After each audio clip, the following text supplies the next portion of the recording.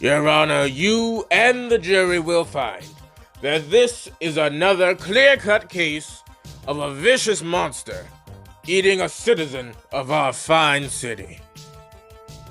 Ladies and gentlemen of the jury, this case is not nearly as simple as the district attorney would have you believe. In his pathetically idiotic investigation, Mr. Schmidt has ignored key pieces of evidence and wishes to put the innocent man to death. Mr. Schmidt, you may call your first witness. Mr. Lasco, you were witness to the events of the 6th of November, were you not? Yeah, I worked in the building in the side of that alley, and I could see the incident from my window. Would you be able to describe the appearance of the assailant? Not off the top of my head, but I'd know him if I saw him. So you'd be able to pick him out from a lineup? Yeah. Thank you very much, Mr. Lasco. You are free to go. Well, hang on a minute, Mr. Lasco. With the court's permission, I'd like to cross-examine. Permission granted, Mr. Warner. Mr. Lasco, you previously testified that you'd be able to pick my client out from a lineup. Do you still believe that? Yes. A client who has still failed to appear.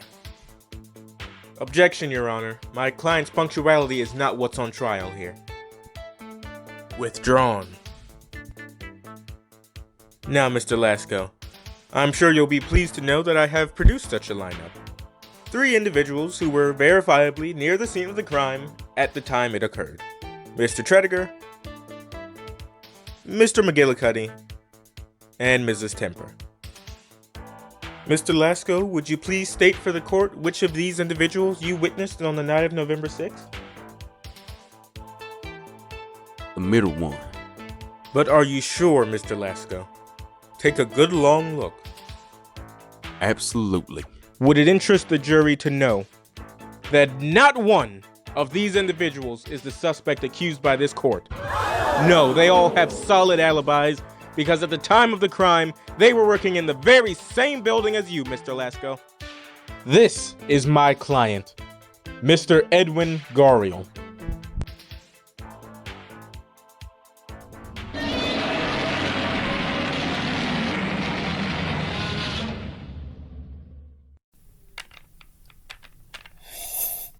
No further questions, Your Honor.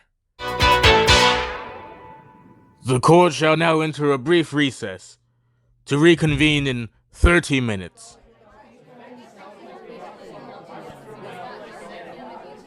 Now listen here, fella. I don't know what you're playing at, but that brute is gonna fry.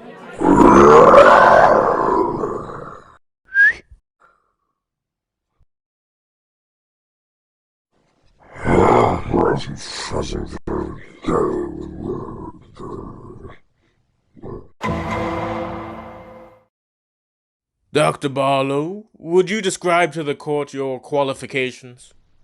Well, I hold 18 doctorates, including psychology, criminology, and hepatology. So you're familiar with the behavior of both violent criminals and reptiles?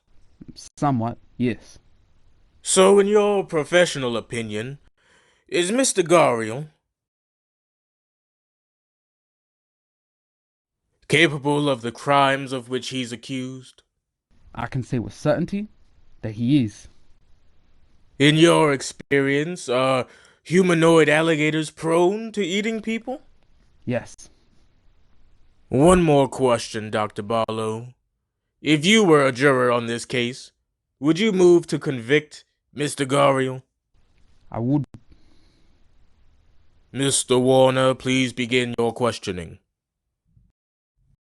Dr. Barlow, as an authority on reptile biology, are you able to assess the age of Mr. Goriel?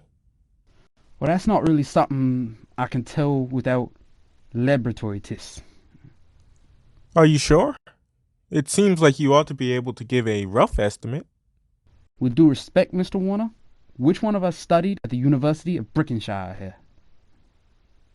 Well, you've got me there, Dr. Barlow. I'm no expert. So I contacted one. This is Dr. Severe. He's the head of the Department of Biology at the University of Brickensshire. Dr. Severe, are you able to assess the age of my client? By how dark his spots are, I say he's on the older side. Possibly 35 to 40. How old are you, Mr. Gariel? I'm 37 years old. How, Dr. Barlow, did you miss such a simple technique in your century-long education? Who said I'd been in university for a century? You did, just a moment ago. 18 doctorates times 4 to 6 years each, that's 70 to 100 years. Well, obviously I did 2 at a time. All right, 50 years then. How old are you, Dr. Barlow? Well, You have to think about how old you are. In what year did you graduate? Who was your professor? Where are you currently employed? Why are you sweating so much? What degrees do you hold, Mr. Barlow? Are you a doctor at all? Stop! Never finished my degree. I was expelled for starting a dorm fire with a grilled cheese sandwich. Your Honor, I move that Mr. Barlow be held in contempt, and his testimony inadmissible. Motion carried, Mr. Warner. Mr. Gariel, I will keep my questions brief and simple. Were you at the scene of the crime on the night of November 6th? Yes, I was. And at that time and place, did you eat a man? Yes. No further questions, Your Honor. Mr. Warner, you may begin your questioning. Mr. Gariel, can you provide the court with a more detailed account of the events in question? Objection, Your Honor. The defendant has already admitted to the crime he's accused of. Why does Mr. Warner insist on giving the court these gory details? Overruled, Mr. Schmidt. With due respect, Your Honor, you didn't answer the question, and neither did Mr. Warner. Nor are you owed an answer from me or Mr. Warner. Speak out of turn again, Mr. Schmidt, and I'll be forced to hold you in contempt. Please continue, Mr. Gariel. I was walking up Community Street when I witnessed 2 men attacking a gentleman in an alley. I confronted the 2 of them verbally when one of them pulled a knife. I disarmed and ate him.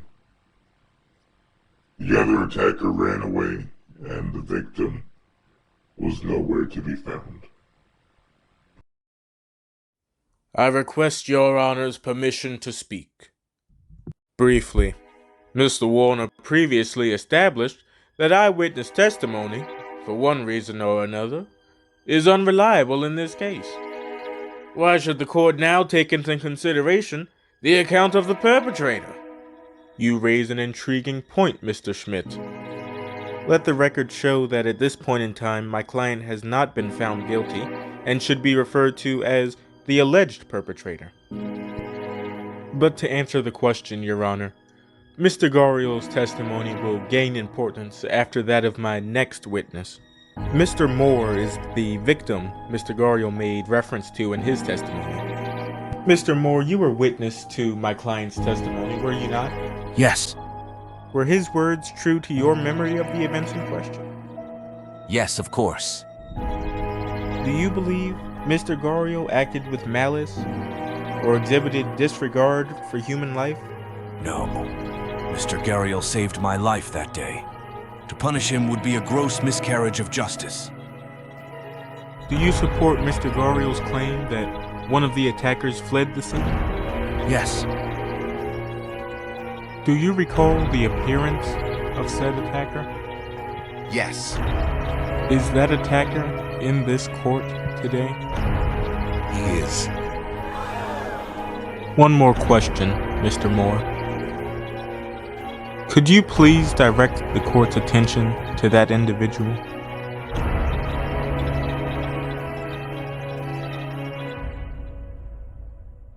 Your Honor, this is ridiculous!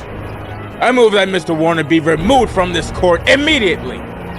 On what grounds, Mr. Schmidt? On the grounds of your baseless accusation that I am the man-eater in this case. I said no such thing, Mr. Schmidt. Oh, give it a rest, Mr. Warner. We all know what you're trying to do here. I am only trying to Enough!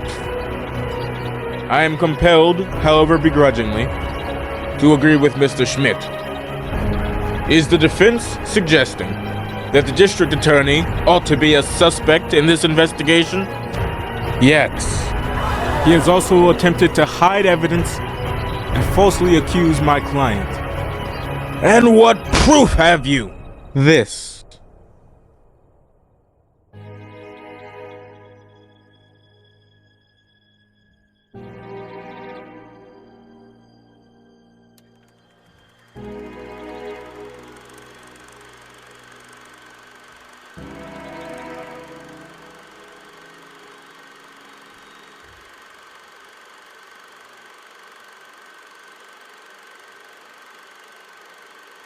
On the 8th of November, the district attorney unlawfully ordered the destruction of these tapes. They clearly implicate him as the...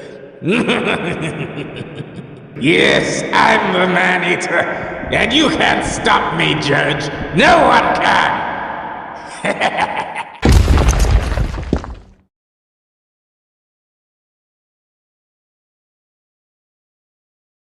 In the case of the People versus Gariel, we find the defendant, Edwin Gariel, guilty of manslaughter. Additionally, having seen evidence of his crimes, we find the district attorney, Jacob Schmidt, guilty of conspiracy to commit murder, corrupt abuse of power, and evidence tampering. We hope it is the pleasure of your honor to issue penalties fairly. Mr. Gariel, given the nature of your crimes, I am obligated by law to issue some penalty. But, having heard the circumstances surrounding the incident, I have resolved to reduce your sentence to 1 year probation. As for you, Mr. Schmidt, you shall be put to death.